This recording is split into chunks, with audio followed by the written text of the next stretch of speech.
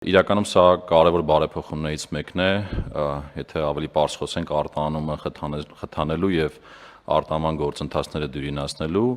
երկու հիմնական համակարգերի միջոցով առաջին համակարգը հերթերի կառավարման համակարգի համար իրավական հիմքերի ստեղծումն եւ դրա նկարագրումը եւ իհարկե ավելի կոնկրետ կայանատեղիների համար իրավական հիմքերի ստեղծումը եւ ինքը իրանով նաեւ ներկայացնում է հրապարակային օֆերտա,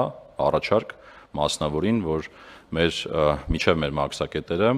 կարողանան հնարավորություն ունենան ստեղծեն կայանատեղիներ եւ քաղաքակիրթ ձևով սպասարկեն այն բոլոր բեռնատարները, որոնք որ արտահանում են իրականացնում դեպի այլ երկրներ մեր մաքսակետերով եւ այս տեսանկյունից երկու հիմնական նպատակ է հետապնդում նախագիծը առաջինը մաքսային սահմանով ապրանքների մեկնման գործառնությունների արագացում եւ անխոչնդոտ անցում նախնական հերթագրման եւ մեկնող տրանսպորտային միջոցի վերաբերյալ տեղեկատվության հավաքագրման միջոցով,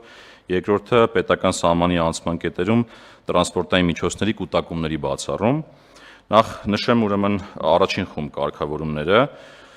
ինչ է իրենց ներկայացնում կուտակային կայանատեղին, դե կուտակային անվանում ենք, որովհետեւ ըստ էության կայանատեղիում պարտադիր կուտակվելու են, հետո բեռները տեղափոխվեն դեպի մաքսակետեր եւ հետեւյալ հիմնական պահանջներն են սահմանվում նախագծով նախ ասում ենք որ երկու մաքսակետերից խոսքը Բաղդաշանի եւ Ագարակի մաքսակետերի մասին է խոսքը իհարկե հետագայում կարող են դրանք ընդլայնվել ինչու այդ երկուսը որովհետեւ դրանք ամենաշատ թողունակությունը եւ ամենաշատ բեռները հենց այդ երկու կետերով են անցնում եթե կոնկրետ հնչեցնեմ ելքի ուղղությամբ օրական միջինում 250 եւ ավել բեռնատար անցնում է Բաղդաշանով օրական միջինում 220 եւ ավել բեռնատար էլ Ագարակի կետով եւ սրանք առաջնահերթություն են սահմանում կուտակային կայանատեղիների ունենալու այսինքն պարտադիր պահանջ է լինում կայանատեղի մտնելը հետո շարժվել դեպի մաքսակետ Կայանատեղի համար միջև 20 կիլոմետր հեռավորության պահանջ է դրվում 3000 քառակուսի մետր տարածքով իր համապատասխան ասֆալտապատումով կամ բետոնապատումով իր գծանշումներով էլեկտրոնային թվային համակարգով համապատասխան տեսախցիկներով եւ այս ամեն ինչը փոխգործելի մեր մաքսային թվային համակարգերի հետ Ընդ որում նշեմ, որ այդ հերթերի կառավարման համակարգը ըստ էության լինելու է պետական ՊԵԿ-ի կառավարման ներքո եւ ներկայումս մենք հիմա դրա մշակման փուլ ենք մտել եւ ըստ էության, երբ որ այս որոշումը ընդունվի ու դրանից հետո մասնավորը սկսի այդ ուղղությամբ աշխատանքներ անել ու ներդրողներ հայտնվեն, մենք դրան զուգահեռ այդ համակարգը կմշակենք եւ երբ որ գործարկվեն այդ կայանատեղիները, կունենանք այդ համակարգը ու կմիացնենք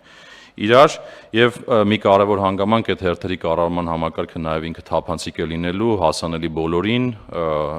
կայքի տրամաբանությամբ տեսնելու են մարդիկ թե կայանատեղիներում ինչպիսի զբաղվածություն կա եւ յուրաքանչյուր կայանատեղին ինչ գին է առաջարկում ընդ որում որպեսի հստակ լինի գնի համար առավելագույն չափ է սահմանվում խոսքը 5000 դրամի մասին է այսինքն մինչեւ 5000 դրամ ցանկացած մասնավոր ներդրող կարող է առաջարկ ներկայացնել այդ պահանջները բավարարելու դեպքում նախագծով սահմանում ենք նաև որոշակ ինքը համակարգը նենց է կառուցված լինելու որ ամեն հաջորդին կանչը ձևակերպելու է ավտոմատ ըստ հաջորդականության իսկ դա ոնց է կարողանալու անել հետեւյալ տրամաբանությամբ մենք նախորոք մաքսակետում այսինքն մաքսավորները իմանալու են որ կայանատեղիներում մուտք եղան այսիշ բեռնատարները Եվ այդ նույն տրամաբանությամբ հաջորդականությամբ ընդունվելու են մաքսակետում այսինքն ստեղի հերթերի մասին ինֆորմացիա ունենալը եւ այնտեղի